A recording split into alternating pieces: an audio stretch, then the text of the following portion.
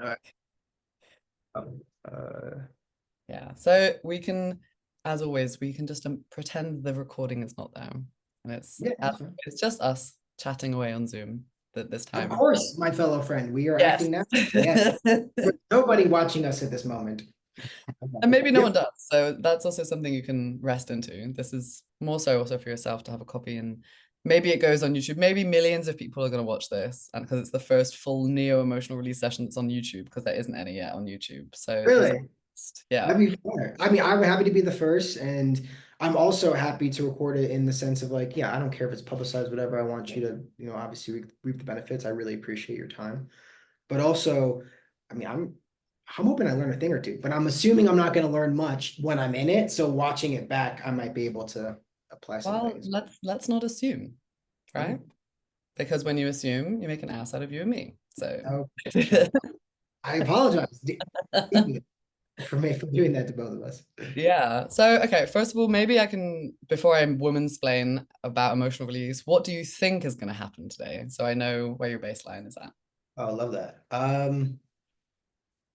I mean, I'm gonna obviously look at it through the lens of what I do. So I'm thinking that there's going to be my conscious awareness is falling into my subconscious mind and accessing stored emotions somewhere, whatever emotion needs to be released at this time that has been decided by my body slash subconscious mind. I will encounter it, and then it'll probably be an intense body feeling that will may freak me out, especially as a masculine egoic mind. So, and then hopefully it gets released into the ether, and then I walk away flying or something like that. Floating. Most of that is accurate. Yeah, I would say so. The first and foremost, the words emotional release is kind of confusing for a lot of people because it's almost this understanding. And I'll address some points not because I think that you are believing this, but maybe because people watching might be like, I don't know the basics as well. Sure.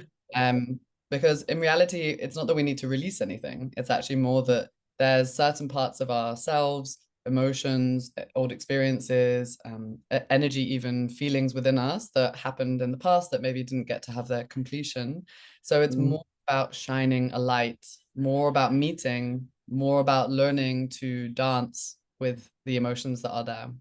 So it's indeed like actually today, nothing needs to happen. I have no expectations. I have nothing that you need to do. I know I work with anger, but other emotions might come up. It could be that only sadness comes up today. It could be that you're so burnt out and busy right now that your body just needs to rest and regulate. It could mm, be that you feel joy. There could be disgust. There could be sexuality. There could be fear. There could be anger. There could be all of that in 5 minutes. So just to know that really your body is leading the way. There's nothing that's going to come up today that you can't handle. And to really just be curious about this. Like we're always having fun and joking around. And that's also the energy I want to bring into this. Like healing really doesn't have to be so scary and heavy and so like, oh my God, we have to find the pain and we have to look at the hard stuff. It's like, no, sometimes actually it's hard for us to let in pleasant feelings and joyfulness and bliss and peacefulness. So mm. a lot of people are like, oh, I want to feel lighter after this, or maybe I want to feel more clarity, because we all kind of want to lift off some of these burdens. So of course, like the word release feels like I need to get rid of. It's like, no, like it's about more integrating. And then you feel more whole and more complete by the end of, hopefully, by the end of this session as well. Um, yeah, there's a lot to touch on. So you're gonna get my little spiel, but it's very important for the first session. The next time we'll be able to start in like 2 minutes. You're just gonna be like, this is new, this is new. I'll be like, cool, we get going. But there's a bit That'd of some things I think is important to know. Um, yeah, when you were very correct when you say that we're going to be dropping down from your egoic conscious mind into the subconscious. mm, And this you're used to doing. And what I would encourage through the session is whenever something arises, and this may be a feeling, this might be a sensation in your body, this might be an image, like a memory, a picture, colors, animals, could be anything. Like it's almost like being in a dream sometimes. So the visuals can be quite trippy or weird. And we're just there to allow them to be there. So, say you have a sensation come up in your body. I already alluded that maybe there's a little bit of fear there, that something's going to be a bit overwhelming or going to feel intense. So, the first thing we do is when something arises, normally our ego loves to get attached to it as the only experience we're having. Like, I feel pain in my side right now. Oh my God, this is everything. And it's really, really painful. And I'm really scared. And I don't know what to do about this pain because it's over and it's engulfing me like a wave. So when this happens, also with an emotion, we've become blended with that experience because our ego loves to form an identity with it. So the first practice is whatever comes up, we're gonna almost separate yourself slightly. So this is you as the like little observer, and here is the feeling or the sensation. And we're just noticing, okay, can you allow that you're feeling this right now? Yeah. Can you allow you're feeling that pain in your side? Oh, okay, yeah, I can let it be there. Doesn't mean that you need to like it being there, doesn't mean that it needs to have a story. We don't need to know what it is, where it's come from, any of the stuff. Just surely the act of allowance is half the process. Because Mm. most of the time we are in resistance to our experience. We feel a pain somewhere and we're like, I don't want to feel this, go away, go away, go away. And then it like actually just lingers longer. So Mm. it sounds very, very basic, but for a lot of us with our emotions, when they come up, we don't want to feel them. So we ignore them, thinking that they're going to go away. But in reality, they just fester away in the shadows, which is where you do your work as well. So we're really here, and you're going to hear me say that phrase a lot. Can you allow this in this moment? And oftentimes there may be a bit of a struggle if the body or the ego doesn't want to let go of something. And that's okay because we're not here to force you to do anything. We're not here to force a release, to force you to look at something that your psyche isn't ready to look at. We're not here to re-traumatize you. We really go at the pace that is right for your body and for your psyche. What you will find is that when you allow something to be there and you give your body, and this is where maybe being on video might be a bit hard at times, you give your body the full permission to be authentic and to express. Mm. Now, that can come through as facial expressions, as sounds, as breathing, as movement. You don't have to be a zombie laying here like a complete brick during the session. If you get impulses like, I need to stretch, or I need to like move, or I need to shake, or there's like tremors coming, or I feel like I have to make a facial expression, and I will guide you through this at certain moments if I feel like something's trying to come through. And all you get to do is to take the invitation to see like how your body wants to express. And that's part two. It's like allowance of your state and then expression of the emotion. And so sometimes I'll also be making very weird sounds, helping along with any of the processes that come. Like often the facilitator's role is sometimes to almost be like a mimic where you hear like, oh, like that's possible. Okay, I can make that sound as well, or I can express my emotions. But again, just do what feels authentic for you. So even if you're like, oh, like I hear Ashley doing that, but like I don't really want to do that, that's also okay. Like we're just here to meet the edge for yourself. And so there's no way to get a gold star. There's no way to do this right or wrong. It's only your way. So even if there's no crying, there's no anger, there's nothing that comes up today, then that just means that that's what your body needed today. So to really remove like any pressure, any expectations, this is really your space. And the next 45 minutes or so, depends how long it goes, we work with different waves as well. So sometimes there's about 2 waves coming up per session. Um, and it just depends what your body needs today. Have you, Yeah. question too, have you seen Midsummer? I've heard of it, and I've had some people liken my viral reel to it when I had all the angry women like screaming, and someone was Well, like, "This." well, the reason why I mention is the mimicking part made me think of that scene. There's a part where they kind of are like all in unison, like saying the same, and you can. It's interesting that you put it that way of like it's like a I go first and you can kind of follow kind of energy of like, oh, you're making the space and saying like, hey, um this is okay, this is possible. I've Yeah. done that. It's essentially what I do a lot with shroom, and I'm a shroom Mhm. shaman. I'm guiding people on mushrooms and kind of like you're just like doing things by in the moment that are wacky or out of character that you would think that wouldn't align, Yeah. as giving permission to the other people to do the same thing so they don't feel uncomfortable in the space, which is 100%.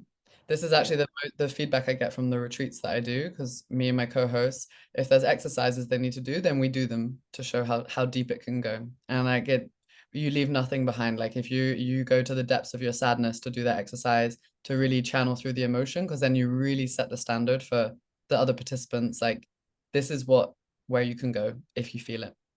And that's Mm. like makes you human as well. It like removes this whole I'm a guru, I'm just telling you what to do with my 10-step process. It's like, no, like my emotions are here and I will feel the feelings with you. Like that's also what this work is like.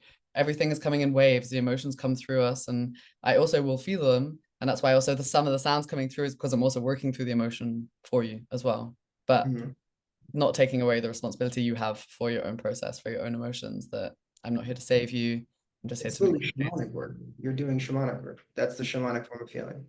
Yeah. It's an indigenous Yeah. form. We're essentially all returning back to shamanic indigenous forms of healing, which is Mhm. the healer themselves is taking on part of the load, but also experiencing it with you, which has been stripped away very much in our modern way of healing, which is very Yeah. Imagine your divorced. doctor doing that. You imagine your like psychology, your therapist. Your therapist is like, okay, time's up. Off you pop. Worse. $400, please. See you next week. I mean, at least insurance pays for half, I think. I guess that's the, but Yeah. it doesn't work. That's the question. I don't know.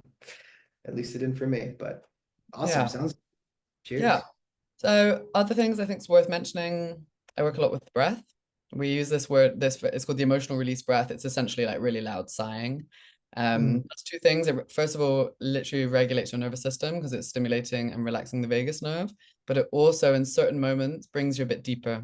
So mm, what we do with that is like you can breathe in through the nose or the mouth, oh, like really like enjoying that sigh. And we're going to be doing that many times throughout the session because that in itself is a release. Every time we do a deep breath with sound.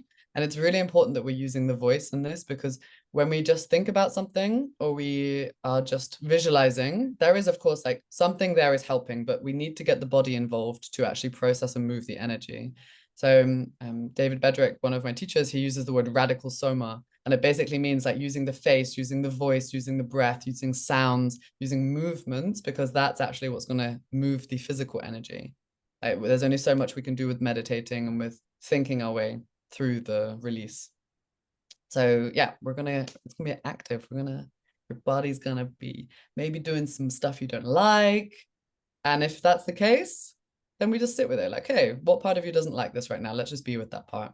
We don't need to push it. If something feels weird, okay, let's look at that. What part of you feels weird? What's going on right now? So I'll be also dialoguing with you quite a lot. Like your eyes are closed the whole time, you'll be led down. The start is very much like going into a bit of a hypnosis just to really let your body feel regulated because mm, also no trauma can come up unless your body feels safe. mm. So it's also like super, you're gonna feel like a nice nap basically with some Ashley talking in between and asking questions and stuff. So um Okay. yeah. And it would be good to have two pillows, like one for your head and one to use if you need to do any anger squeezing, if you need to like hit the pillow, could come up. I'll also guide you because it comes up in a very like organic process as well. But yeah, with anger, sometimes we're working with like squeezing, sometimes we're working with twisting, sometimes it's face, sometimes it's like you want to hit the pillow. Sometimes people want to yell into the pillow because it's nicer than yelling into a whole room sometimes. It's a bit more like enclosed. So just know all Mm. of that is available for you as well when if your body gives you the impulses. No, Yeah, cool. sounds, Okay. There is a baby crying in the background, so I'm just hoping it doesn't pick up the sound too much. Um, yeah, is yeah. there, you don't have to go into necessarily too much detail, but is there like a particular topic that's moving for you at the moment? Because obviously I didn't have you fill in the intake form or anything like this. So let's go fresh with a bit more like, is there something that you want to work on today?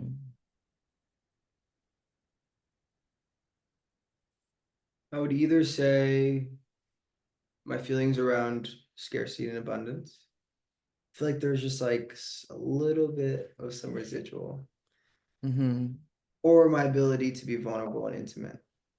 Because it's funny, I was talking to somebody and they were asking me like, "Oh, have you ever been in a serious relationship?" And I was like, "No, not really. Like I've been in a couple, but nothing any like too serious. Love wasn't really involved." Mm-hmm. Uh, my main focus when it comes to my work is how to be an individual and how to work on yourself and how to better yourself and heal yourself to attract the right person. Uh, and they said, you have all this, you seem like you have it all figured out except for this. Then it's interesting. And I'm like, why? One, I don't have it all other figured out in other areas. Mm-hmm. Yeah. But I will admit, if there is any part that is definitely in need of development is intimacy and ability to be vulnerable with another person and being open in a obviously, one-on-one intimate Yeah. relationship. So either that or scarcity. Would you mind me asking a little bit about the dynamic you had with your mom and dad, or how your childhood was, very briefly? Yeah, yeah, of course. So mostly single mom. Dad was in and out of my life. Divorced when I was 2. Mm-hmm. A lot of promises were made on his end that were not fulfilled. Mm-hmm. So I took the approach of being avoidant in the sense of I'm not gonna get my hopes up in regards to this, and Mm-hmm. I'll just act unaffected, or the classic, you're a teenage boy, you're like, yeah, I mean, my parents got divorced when I was young, I don't really remember it. I mean, I don't know, it didn't really affect me. But I Mm-hmm. remember distinctly too telling my mom, and she even mentioning it back to me about how I'd always ask about like the nuclear family or like two-parent households or like things like that, and would be drawn to it, or probably would see my friends and having their both of their parents within the framework and being like, well, why don't I have that? Like, what's going on here? Mm-hmm. You know? Yeah. So yeah, and then I have a stepdad who I started obviously interacting with my parents, started dating. I was 8, and he's still in my life for the last, 20 years. So I had a masculine structure, but my dad, in and out of my life for sure. And we have a better relationship now, Yeah. but there was points of strain, especially when I was in college. Mm-hmm. What part of it at university? What do you Like, mean? what made it a strain at university? Oh, yeah, sure. I mean, money. Mm-hmm. So growing up, like, I mean, he would mention like child support. He would mention how expensive things were, including child support to me. Mm-hmm. And then there was promises to help with college Yeah. education, and then that was not fulfilled. Mm-hmm. So there was strain there. And then also, I mean, pressure from my mom, like, you should feel this way. You should not, or you should be mad about this. You should feel a certain way about the things that are happening when it comes to, you know, he was a little bit more, it was funny. My mom was more controlling over my emotions, and my dad was more so like hands off. So like he Mm-hmm. wouldn't tell me how I feel. He would present things and he would complain about things. And I think obviously into subtly wanting me to feel a certain way. But my mom would be like, you should be angry with him for this, or you should be angry about this, or you shouldn't stand for that. Does that make sense? Yeah. Yeah. The Wi-Fi is a little bit laggy, but I don't know if that's on your side or my side. So let's see. You can still hear me okay with all the Yeah. Yeah, you're definitely a little glitchy. I don't know how I'm looking, but yeah. yeah, I Hopefully don't know it's, if it's my side or your side. I think it might be on my side. Oh, okay. I think it's a little bit better now. Yeah, it was fine for ages, so let's see. Maybe something is up. It's so funny. Maybe it's on my side. Oh no. My Wi-Fi has been weird. But is that a router? Let's pause for a second just while we figure out the Yeah. internet. Okay. All right. Amazing. So glitches avoided. Okay. Um, Anyway, it makes sense if there was also this topic of money with your dad when you were at college, that this is then also coming up in how you view money moving forward, like the safety of money being there, not always trusting that it's going to be arriving from your work, from your business, because it's like the first relationship we have with money also comes from our upbringing, from our family dynamics. So, how is the relationship with your stepdad? pretty good. Okay. Yeah. Um, so like even like my scarcity also came from my mom too, because she grew up in like war-torn Lebanon and like Poland, and I was raised by my great grandmother who's Polish, who was like I think escaped Nazi Poland, or no, she did. I shouldn't say think. I think the think part is if she was Jewish or not, which we believe she may have been, but Mhm. never confirmed. So, and then my mom growing up too lived in a very tumultuous upbringing, so she came from a lot of scarcity. My stepdad, that kind of ties into my stepdad. He grew up in a family where his dad was a business owner and was successful until high school, and then his dad like lost everything.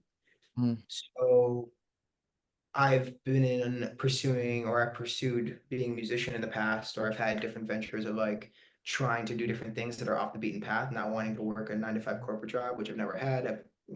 Normal jobs I've had is like, hourly rates or like serving and stuff like that, outside of university. And so essentially very skeptical on his end. My mom is kind of in between a little bit. my biological dad, he's kind of just like, good luck. Obviously in the background, he's kind of like, like hope he's okay. Hope he does. And it's comes from a caring place. He does care, but he's not gonna like influence or like critique. My mom is kind of in between, and then Carl, my stepdad, he's very much like, I don't really see this social media thing. I don't really get it. This seems like a video game. This is pretend. I don't. This seems like a scam. You're getting a sales team, but is it a Ponzi scheme? Like it's just like he's just very Yeah. not believing. So I'm And sure these that you. voices are big. They like linger. They become the critics, right? There's parts of us that then like pop up in those moments where you have a choice to be in, let's say, abundance mindset or like a bit of contraction. And when all those voices are still there, it's easier to be like, it's familiar to stay with what the family's saying. I know this as well from my own process.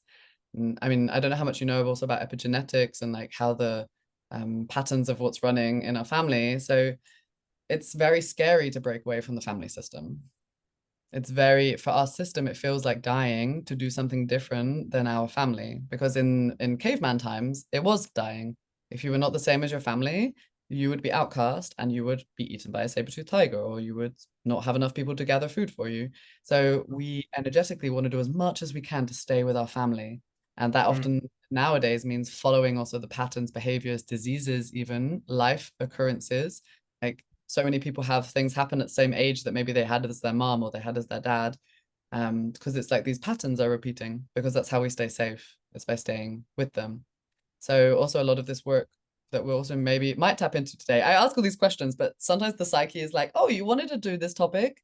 Well, sorry, this is going to come up. And it's like something completely different to what we my planned. heart has been as fluttered lately when you're talking. I feel like there's like this something to do with intimacy, but also money and Yeah. scarcity. I feel like there's something that personally, who knows? I agree. I also do my own version of this work where it's kind of like, Yeah.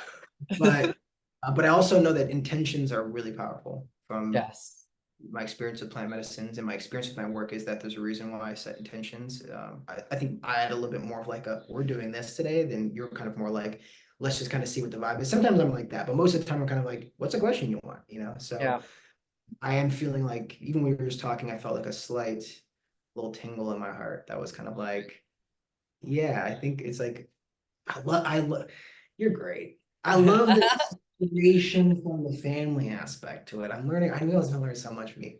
Yes, yes. Yeah. I felt that in my heart. Literally felt that in my heart, actually, which makes a lot of sense too, that I feel that in my heart. The release is already happening. Laughter is also Yeah, releasing. that's So, hard. yeah.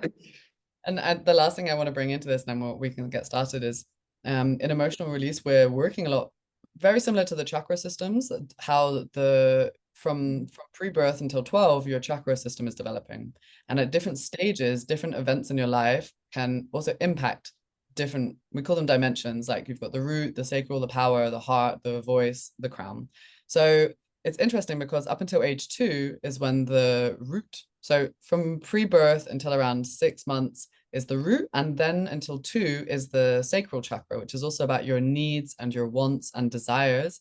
So it makes there's an interesting dynamic that your dad also left at that point, or that the separation happened around this age, because this is exactly the time where the baby or the child is like learning, like, I get what I ask for, or I get what I want, and I want this and I get this. And if then something happens where there's a split, your subconsciously, your body has made an imprint that, oh, I don't always get what I ask for. So I want my daddy, but he's not there and he's left.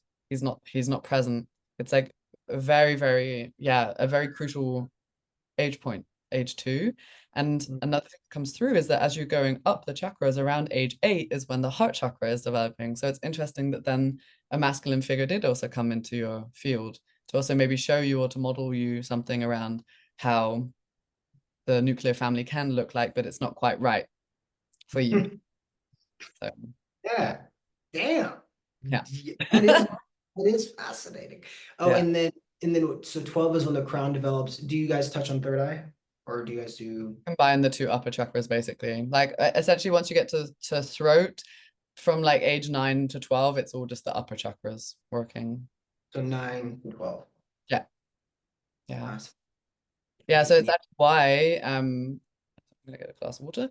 It's why when people ask me to come and work on their children, And if they're below 12, I don't work on them, I work on the mother because they're still connected with the parents and they're actually just mirroring everything that's going on. So also stuff happening with your mom, the dynamics of the separation with your mom, you would have also been feeling. And actually when a parent leaves, I'm saying leave because I assume because you stayed with your dad, I say like your dad left, which it sounds Yeah, like. he Um, did. You the don't have child to. almost becomes the substitute partner in that way. When there's a yeah, Mhm. yeah. So there's a lot to unpick with this as well. Yeah. No lies have been said, my friend. Yes. Told you I'm a witch. We know this. Oh yeah, I approach you guys like flies to light. I don't know. There's so many of you wonderful people in my life, and I'm so blessed. So I appreciate it. Yeah. And thank you also for sharing so candidly and openly. I know it's yeah. Is there any questions you have before we get started? Does it usually do people like say things? Yes, so there'll be moments we could have things coming up where you're noticing things. So you can, even if I haven't asked you, you can always share like, oh, I'm noticing this, or I'm noticing this image or this feeling. Like you don't have to wait for me to ask you. It could be that people come up and then we dialogue or have some things that need to be cleared with them. That's actually quite similar to family constellation where you're aspecting with somebody and there's like unresolved energy towards that person that needs to be cleared. So we do that with dialoguing. Hmm. Um, and yeah, you could have like gobbledygook, like tongue. Some people speak in tongues, some people have light language come through. Like it can be a full-blown exorcism, and it could be at the other end of the spectrum, super relaxing. So could be anything in between. Hi. Yeah, like, that's all right. Do Yeah, you mind if I go to the bathroom real quick just to make please sure? do. Yes, and if you need, if it's with the light, some people like to have a eye mask or something. If you struggle with light because it's middle of the day for you as well. I do have an eye mask, and I will get Yeah. that as well. Oh, I'm gonna pause. That same kind of, you know what I'm saying? Maybe ask me that question about if this is like ayahuasca afterwards, because then you would have gone through it as well. All Is it right. So, possible to move the laptop a little bit closer to the to oh where yeah, yeah. also put it on the chair or something if it's easier. Up to you. Like whatever. So do you? Is All I this need good? all I Do need you to want? see is your face and your breathing. So I don't actually need to see the full body. Oh, okay. I see. So we can do the chair. Yeah. Okay. We'll do a little sound check as well. 'Cause I also don't work with music, especially for the first session, and especially because YouTube will not let me use it if I've got songs on it. So Is this cool? yeah, if you lay down a second, just speak it a bit softer, just so I can check that. Asparagus. Okay, I think we're good. Sometimes the Zoom blocks out the sound, but I think we're Higher energy. Can you hear me decently right now? yes, I do. Okay. You Mhm. want me to tilt the laptop more? If you would like so. No, I mean I'm just asking you. I want to make sure you got the frame. I got That's it. it's all good. Yeah. Okay. All right. Cool. All Um, right. Okay. Beautiful. So just letting yourself start to arrive.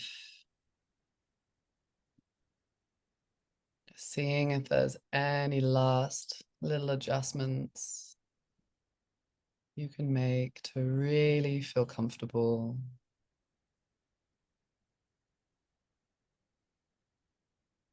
You can also decide if you want the pillow on you or on the floor. It doesn't have to be on top of you if it's not comfy.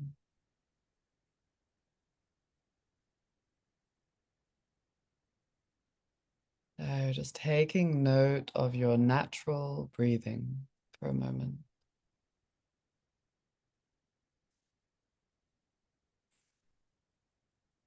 Feeling yourself held, supported by the couch.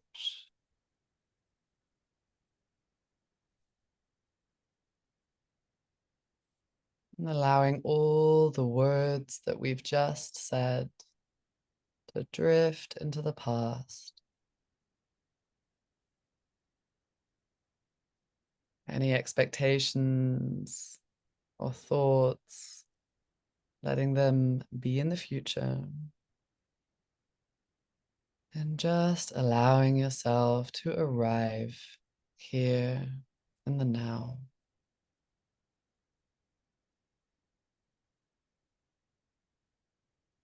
Feeling your belly rising gently with every inhale. The air flowing out of your nose with every exhale.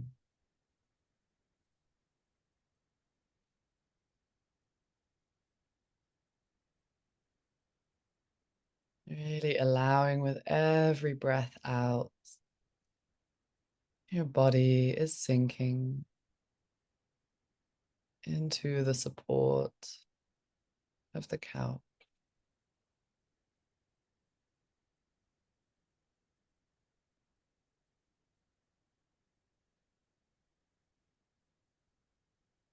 In a short moment, we'll take a couple of deep breaths together. As I showed you before, we'll be breathing in through the nose or the mouth, and we'll be sighing out with an audible exhale. So in a moment, let's do some together, taking a big breath in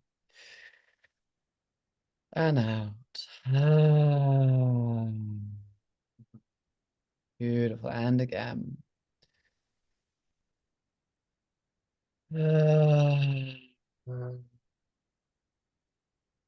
Biggest one yet today.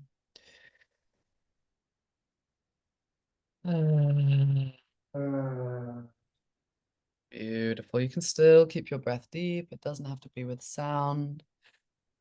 Just letting your exhales drop you deeper into this feeling of heaviness.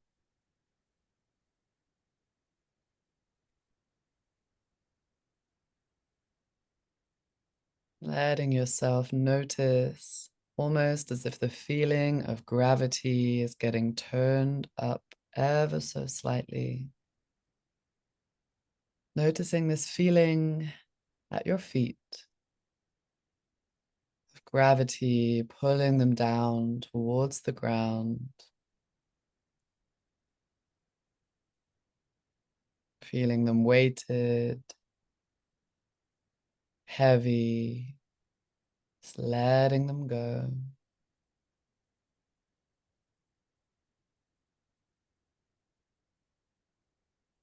As this feeling continues to rise slowly towards your knees, allowing this gravity to pull you down towards the ground.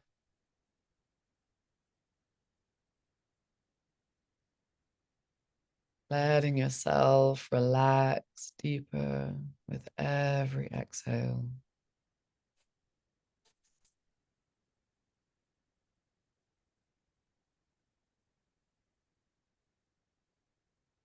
You allow this feeling to keep rising past your upper legs towards your hips. Bit by bit, allowing your legs to just sink, just melt.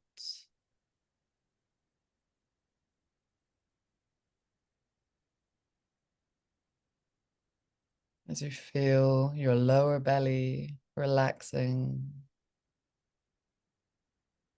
past your belly button towards your solar plexus, letting this gravity loosen any tension here.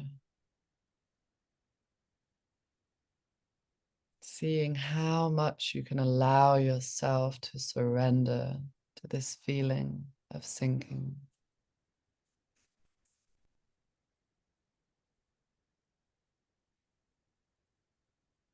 As you notice your chest relaxing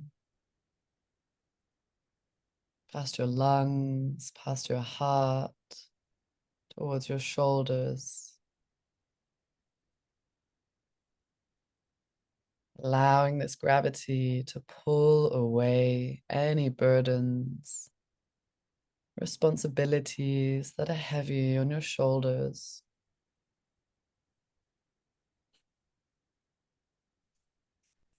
letting this gravity pull them down to the ground.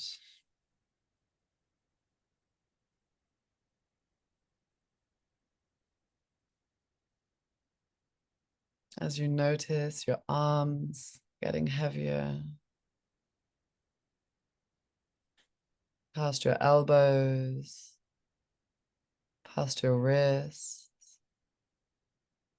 and out the ends of every one of your fingers, letting your arms relax, letting them hang heavy, just melting away.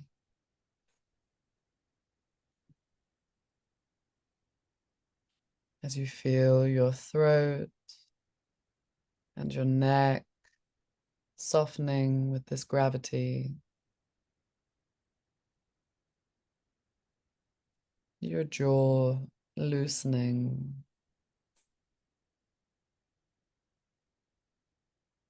and gently every muscle on your face relaxing just a little.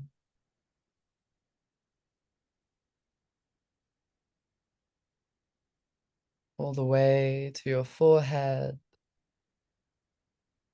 to your crown, to the back of your head,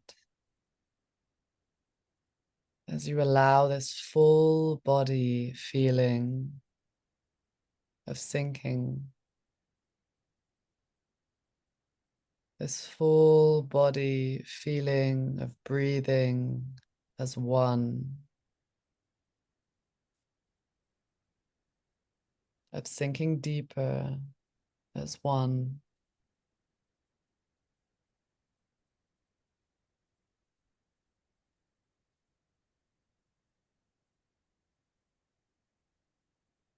As you allow your body to keep sinking and letting go,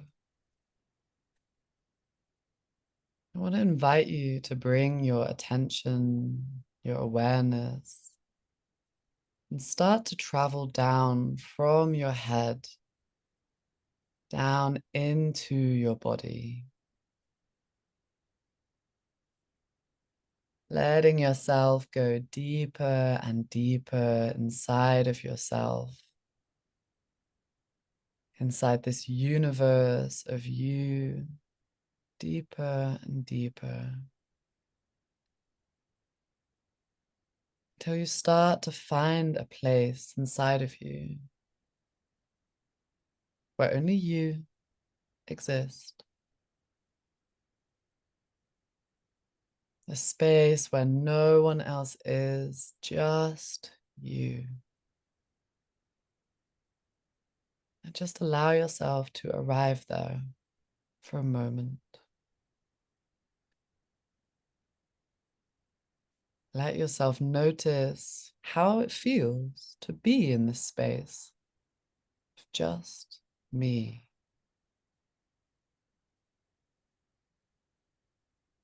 Maybe it feels familiar and warm, maybe a little cold and dark. Just letting yourself observe without any stories, without any judgment, how you feel in this space.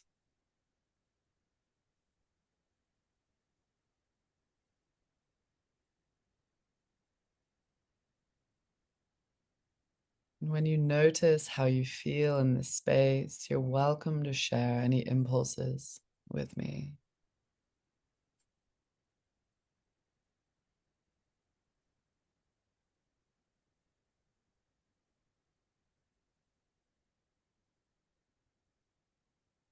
Felt a twinge of sadness. Can you allow that sadness to just be here for a moment? Maybe taking a breath in.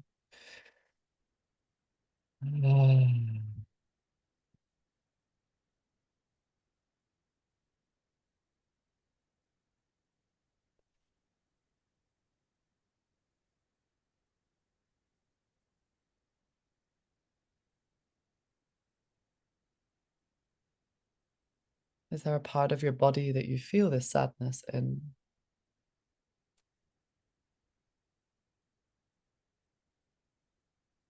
Feelings in my gut.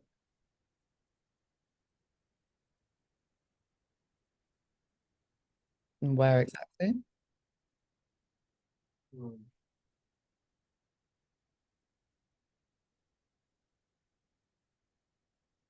I think in the middle, like right above my belly button, inside.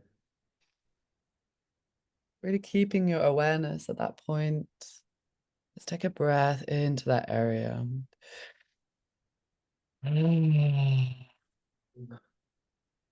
Beautiful. Let's take a few more, really focusing at that point.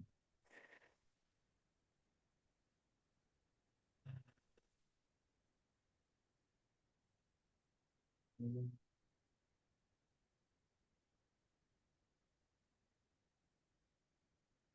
How much space is this sensation taking up? This is me. Not a lot.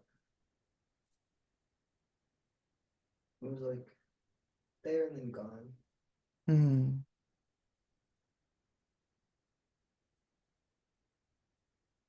And what do you notice now? If you take a scan of your body, noticing what comes to your attention.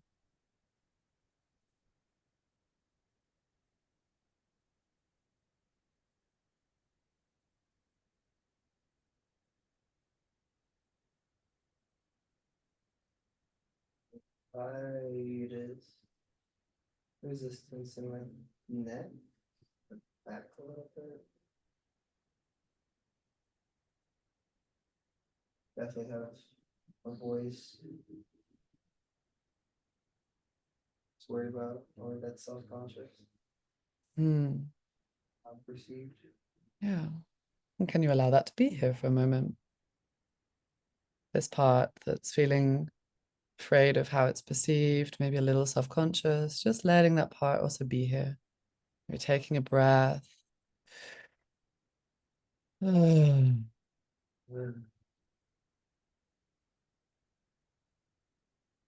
that part could speak, what would it say right now if you trust the first impulse that comes up? The size look a little goofy, and people might think I look goofy doing this. Hmm. Is there an emotion that's underneath that? Perhaps fear. Mm-hmm. Yeah. Just take a breath into that feeling of fear.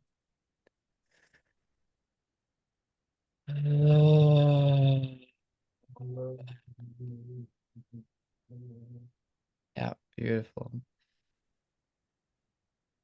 Oh.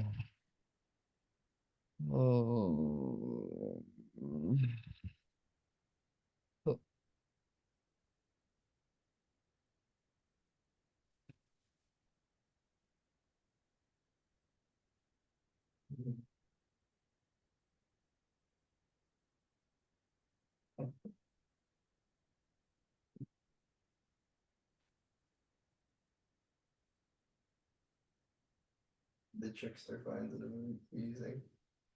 Hmm. Can you allow the laughter to be there? Yeah. Also doesn't need to be held back.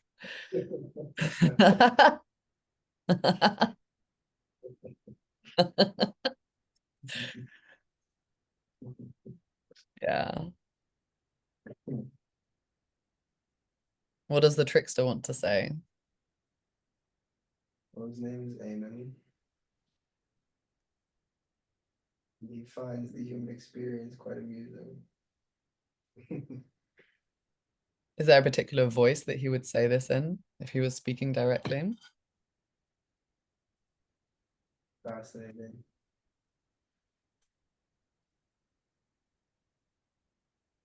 We would probably use a British accent in a way, makes him Yeah. feel into. Would you be open to speak it for him? Like to speak what he's thinking, what he's saying?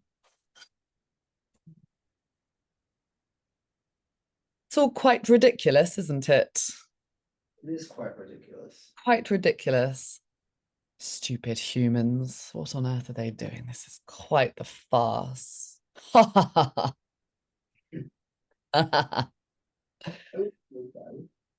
At first, I did believe this, but I will admit, my heart is softening as I work with them. I really do appreciate how much pain and suffering they face, and I'm becoming more okay with doing the work to help them, despite their flaws, despite their ignorance,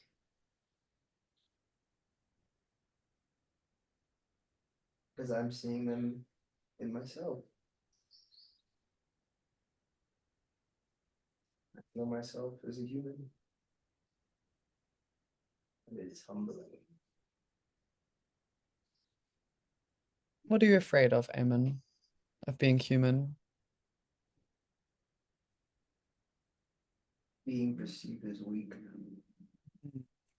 Let's take a breath into that one moment. Oh.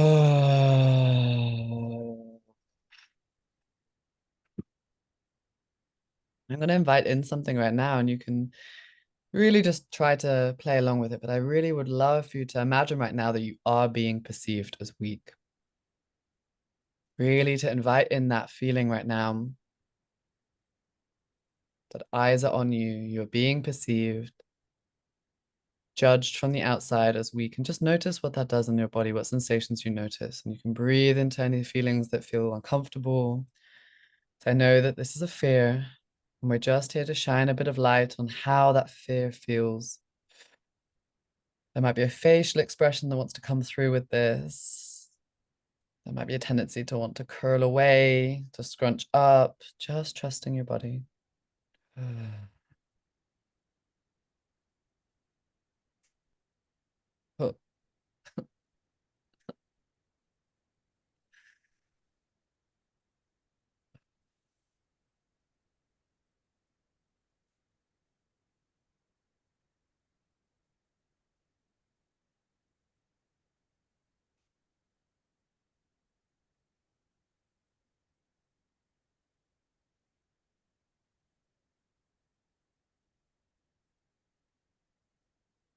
what are you noticing right now?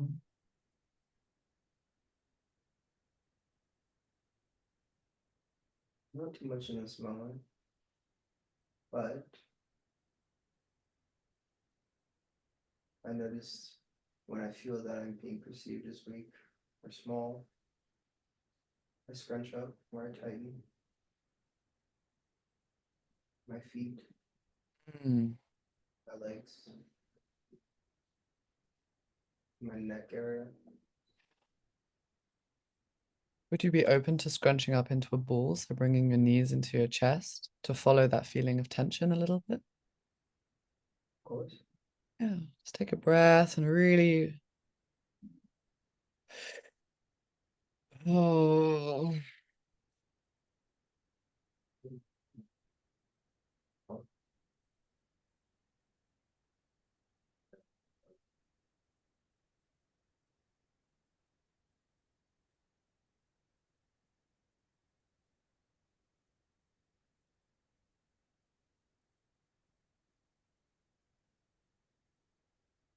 you notice how does this feel?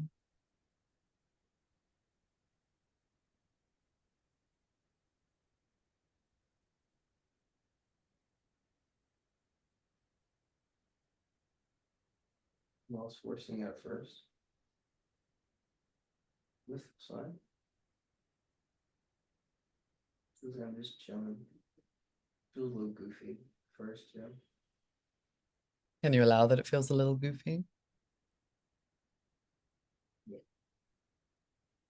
goofy, goofy. Would underneath that goofiness be shame? Of course. Yeah, just allowing some of that shame to be here for a moment. Also, everything I suggest is always an invitation. You don't have to do. If it doesn't feel authentic, it doesn't feel right for you.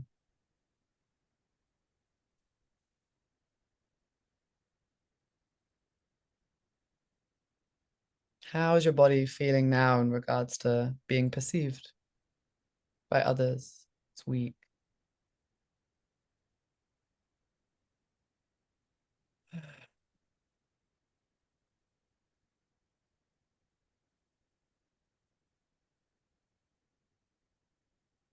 Does it still want to contract? No, it's getting over it.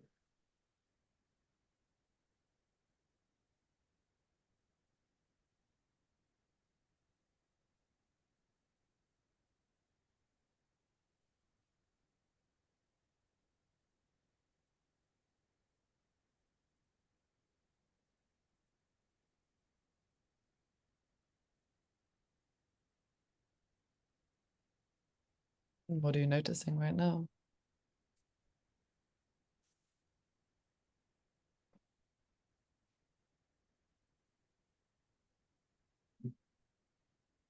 I guess the first thought that comes to mind is that the body doesn't care too much, to be honest. It's mostly angry.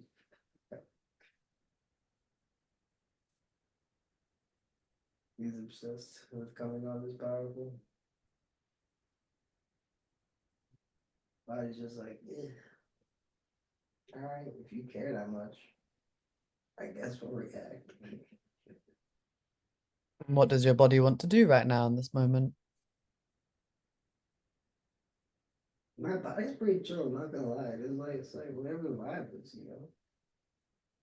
It's like we can scrunch a bit of ball, that's cool. We can lay down like this, that's cool. We can go for a run. My body's dope. He really be on board.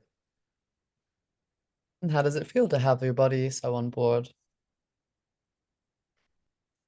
Well, man. I Yeah, really does that feel reassuring, comforting? mm-hmm. Yeah, let's take a breath into that feeling.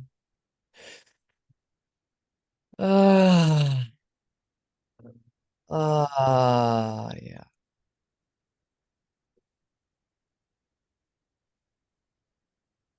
Ah.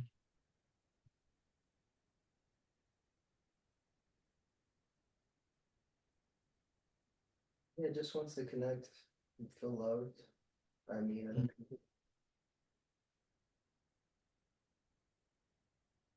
Wants to help. Just allowing that desire to be loved, to be held by other people, just allowing that to be present for a moment. If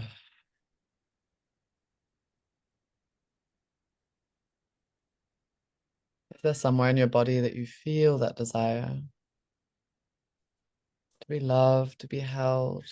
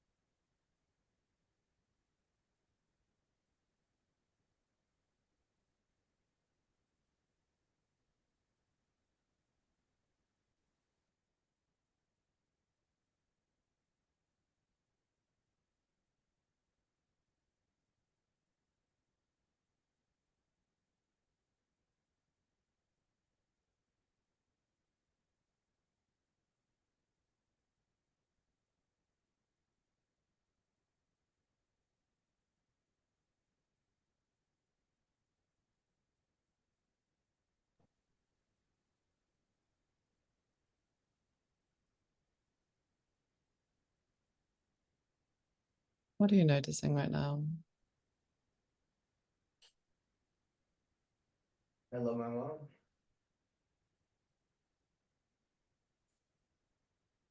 Used to lay on her chest. She stroked my hair. It was so nice. And that's my body wants.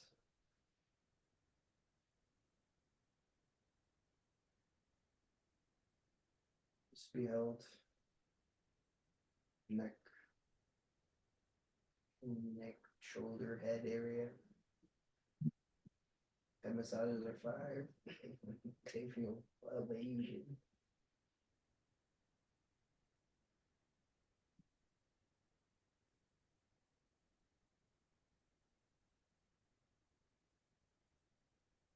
Just allowing that desire, that want to really be present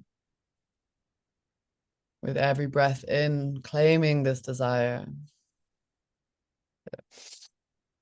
Oh, I want this.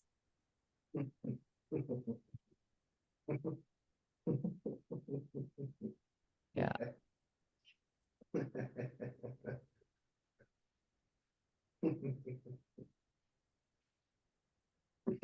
Feelings are fascinating.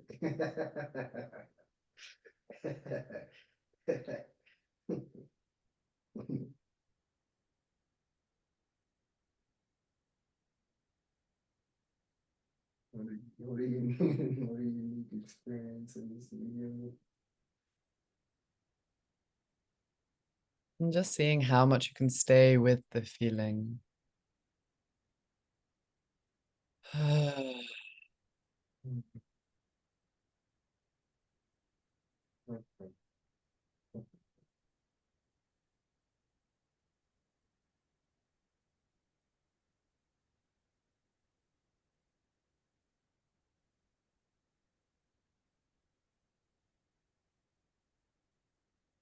And what comes up for you? This slight protector, the laughing, when really claiming, I want this. If one part comes up to protect the claiming of wanting the intimacy is anger. Hmm. Can you allow that anger to be here for a moment? To really witness as something separate, just letting this anger, even if it's only a small amount, just be here for a second. Take a breath into it.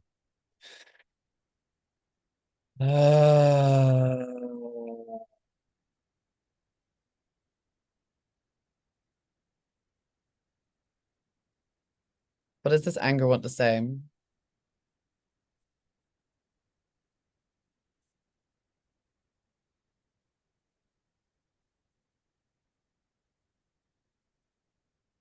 You have to be strong.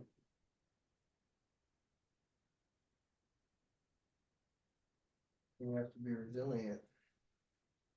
Why? It's the world is cold. Because what? I didn't hear you. It's cold and people are lost. People are struggling. People are grasping. What about you? How old is this part? If you had a number that comes up, the first age, without thinking. Um, Hmm.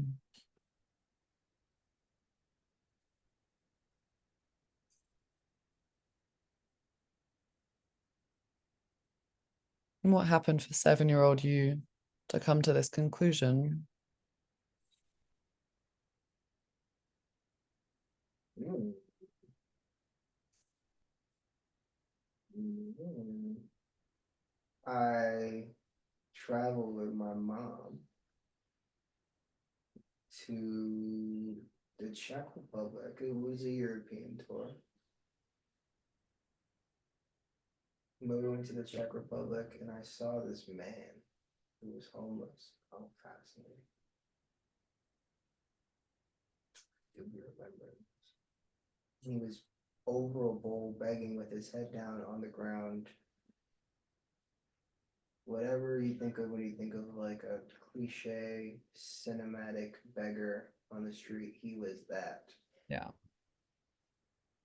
And I looked at him and I was like, what the fuck is going on? Yeah. Just allowing that feeling to come up. This feeling is almost like disgust, right? Like, oh, what? Oh. Yeah, I guess it's a subtle form. It's just like also just like a huh, like a Like disbelief.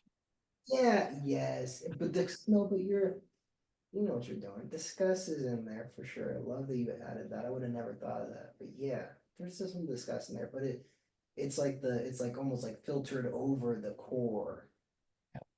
Is the fuck is going on, bro? Let's really invite that feeling in that you felt when you were walking past that person. Maybe there's a facial expression. It's like, oh, what is going, what? Huh? What? Oh, I mean, to be honest, like that huh and everything right now is my adult version. But when I was a kid, I was like, I was just like, it was more of like a true. There was no disgust. It was like, why? It was like, why? yeah, let's stay with that. The younger expression, what it would be. Trying to give an outside expression to this inside feeling.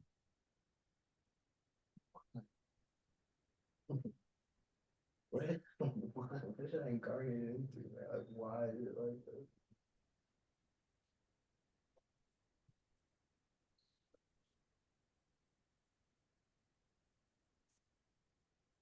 1 minute? Like, so unfortunate, yes, the field was made. So many people like that. Allowing that sadness to come up. It's okay. Sorry that he has to do that.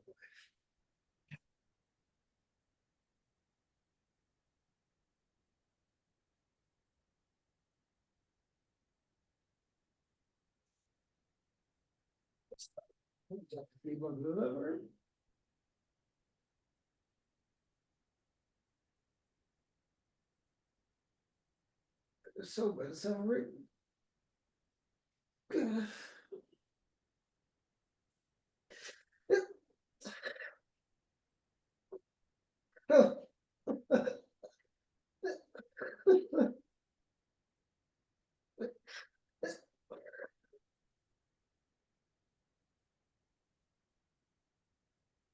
And you maybe want to take the pillow that's on the ground next to you and hold it as if this little 7-year-old you is also here with you.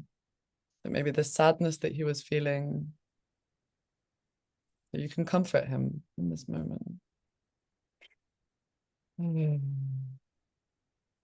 I understand what he needs to do. Understand what he here to help people. Yeah, let it go. It doesn't have to be this way.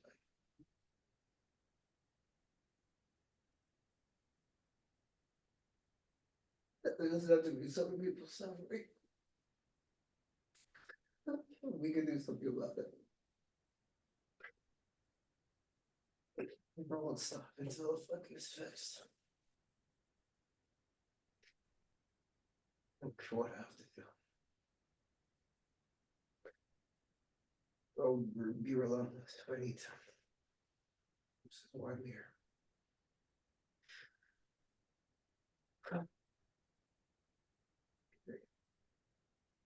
Was there a little part of the 7-year-old you that was afraid that that would happen to him?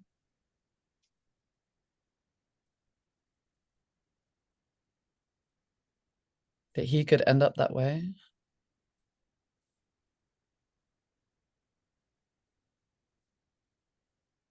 Not in this lifetime. No. I always knew I was good. I always knew that I was gonna be okay.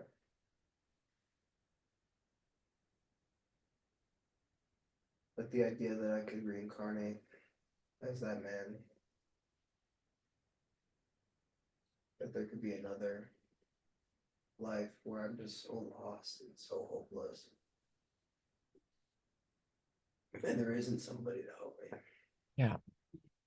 Yeah, let's allow that fear just to be there for a moment.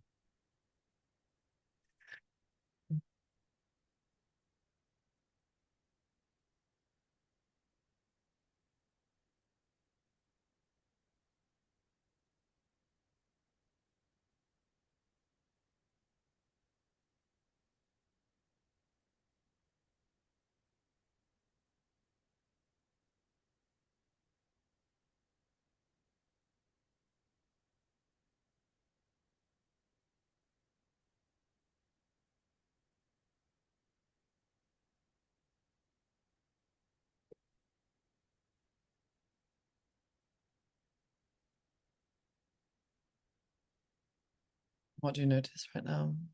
What's coming up for you? I know, so I just want to help people. Hmm.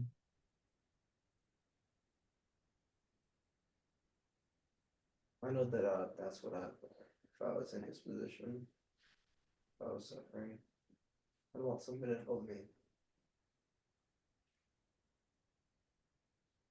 And I just feel that I'm in that position to help. And I know that I'd want that. So I'm happy to give it to other people.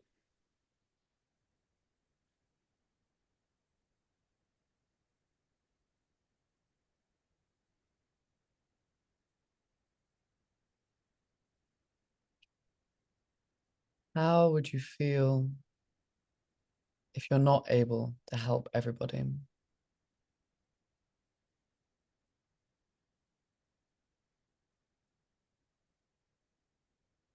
That there may be 999 people that you help and that one person gets left out, because that is the reality. What does that bring up in your system to know that you can't save everybody? Makes me sad. Can you allow that sadness to just be present? Of course. Yeah. And just in the same way that we can't save our parents, we also can't overgive ourselves at the expense of our own energy, no matter how much our heart wants to.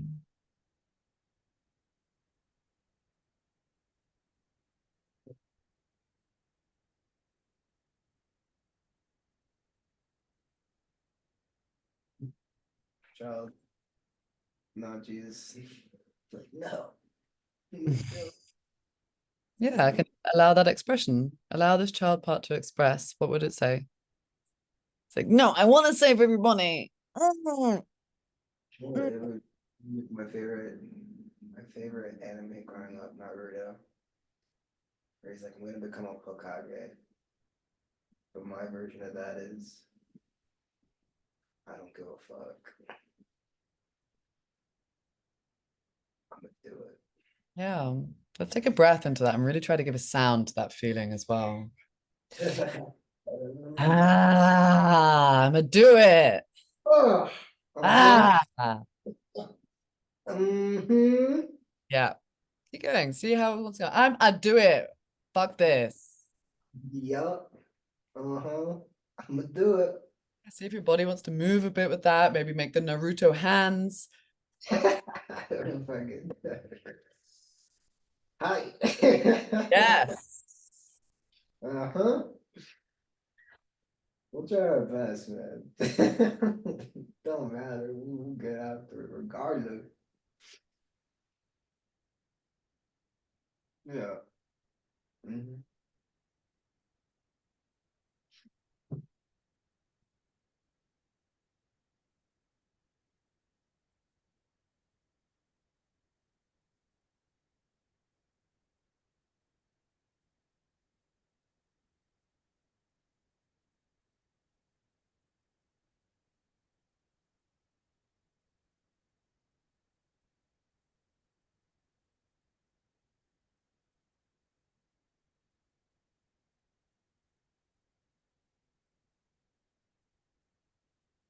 What's coming up for you right now?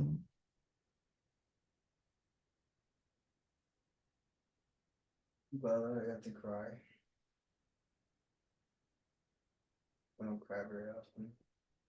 Hmm. Only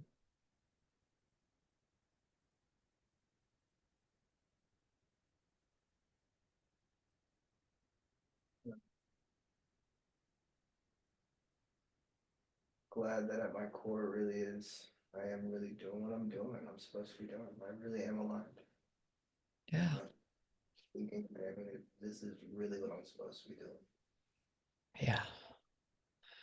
So really take a breath into that. Really fill your lungs with that purpose. Let's take two more of that. With every breath in, is your ability to say yes to this life. Uh-huh. Ah. Last one, big breath in, relaxed jaw. Ah,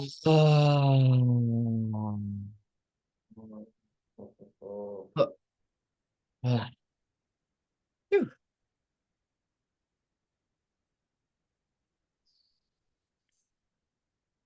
And just allowing that truth to really land in your system, this reaffirming, reconfirming of why you're here. And when you show up for your work, it's not just adult you showing up. There's this 7-year-old you who wanted to help with the beggar, who sees the pain in the world, who wants to make a change, wants to be of service. It's really taking a moment to honor that.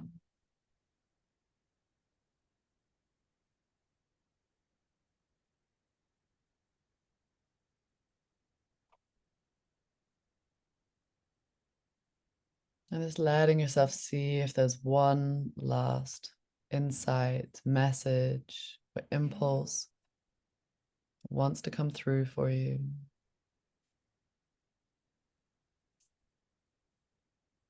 Well, it was beautiful. I just got this memory of me. It's light. I don't get visuals, but I just have the insights. I know what it's connected to. Like watching Jurassic Park, my favorite movie of all time. Hmm. That's my movie of all time, objectively. Confirmed. It's been stated. And just feeling so happy. I'm just on all this joy, this beauty, and just thinking of the people in my life and all the characters and the cast. Like, what a beautiful movie I'm living. What a great film. So blessed. I love it here. Despite the ridiculousness. Just letting that land in your system.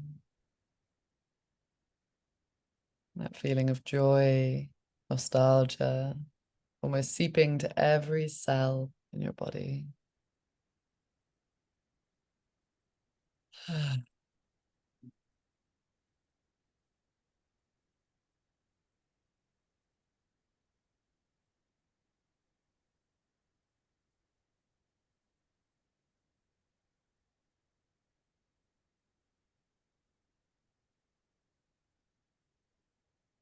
Gently, slowly but surely, with absolutely no rush,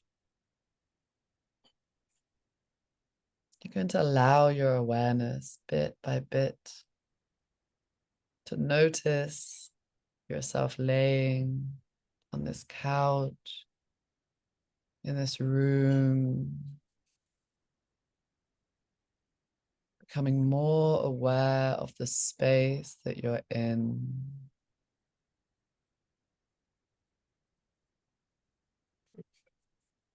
Noticing any sounds that you may hear.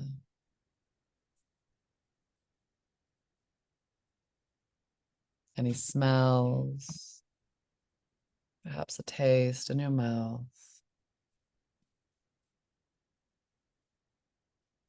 Inviting bit by bit your senses to come more online. Feeling the fabric beneath your fingers. Giving your toes a gentle wiggle.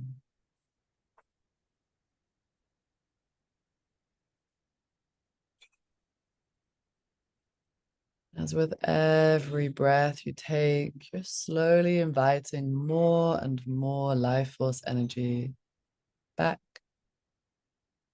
into the body that's here in the now, on this day, at this time. You may feel you want to stretch or roll over, just seeing what your body really needs right now.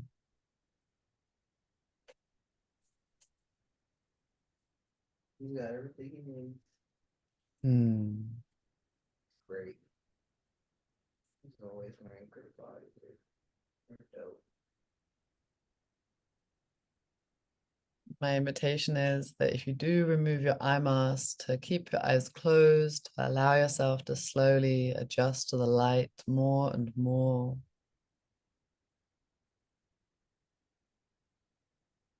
And that when you do feel ready to open your eyes, you look at something in your room very softly,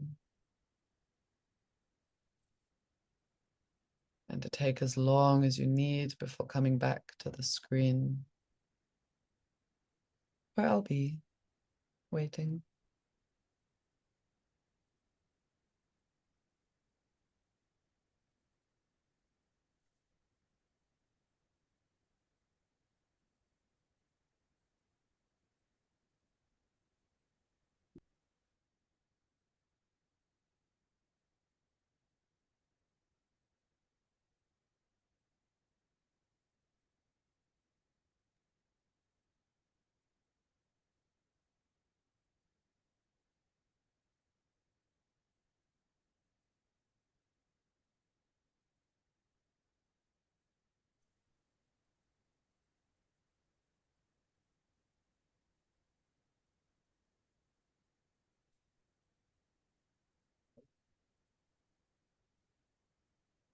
That was dope.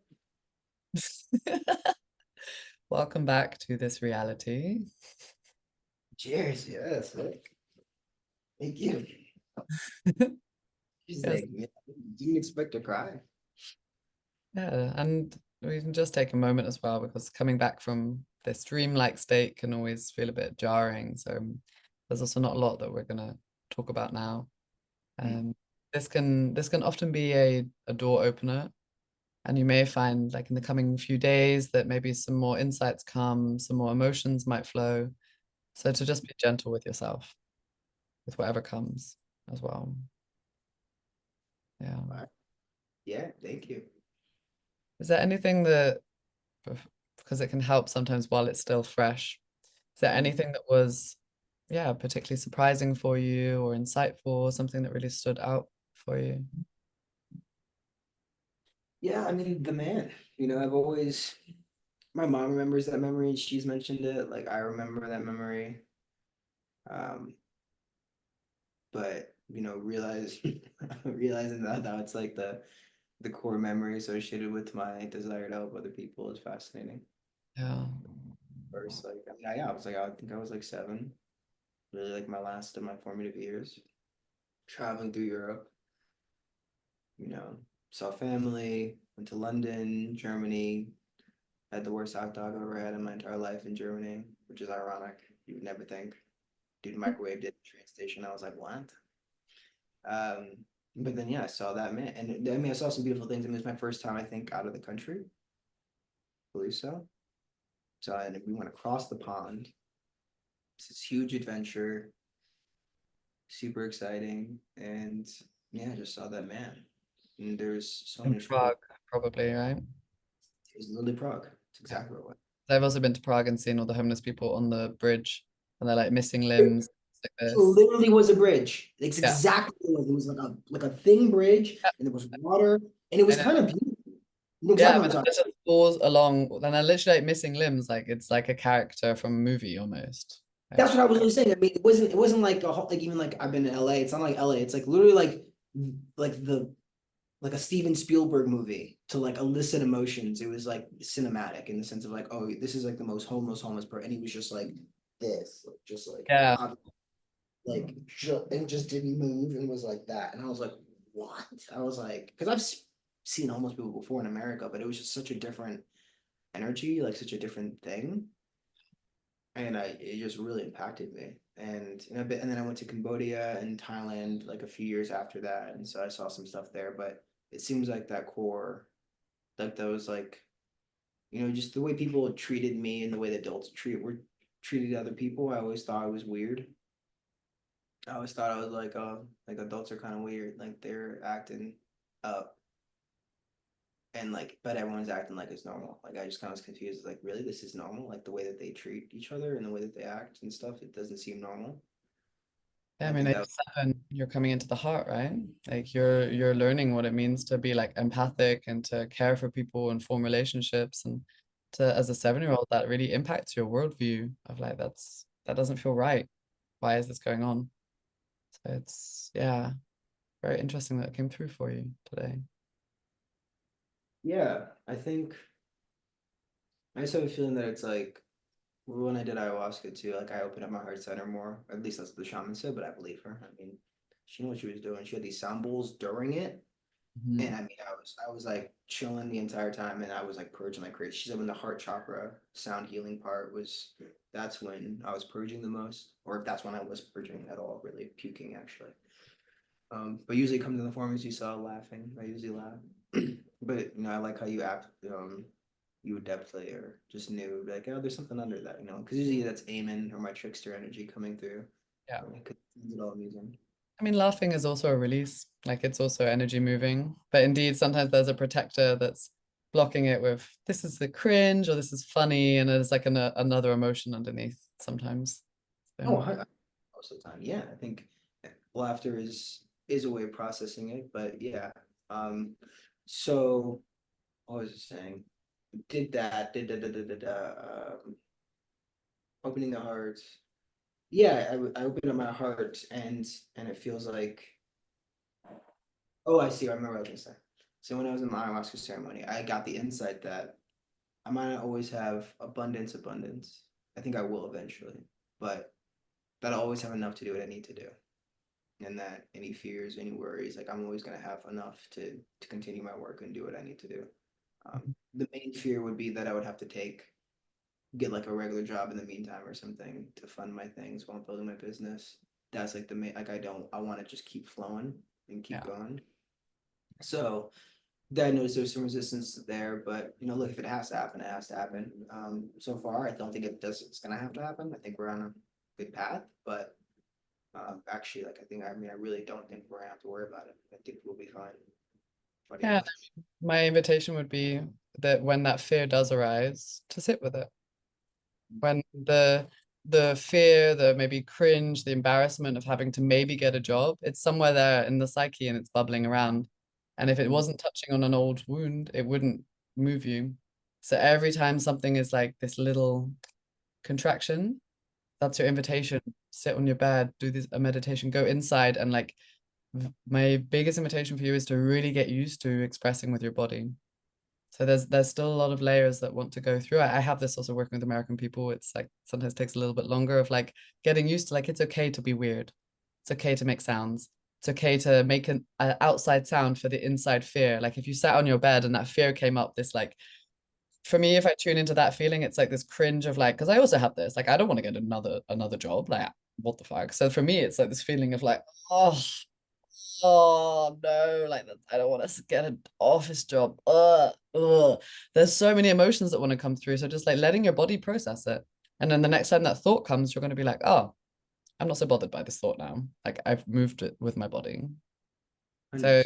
yeah, invitation to just be super weird. And that's what your practice is. Like take one time a day, sit with yourself in your room, get your pillow, be weird.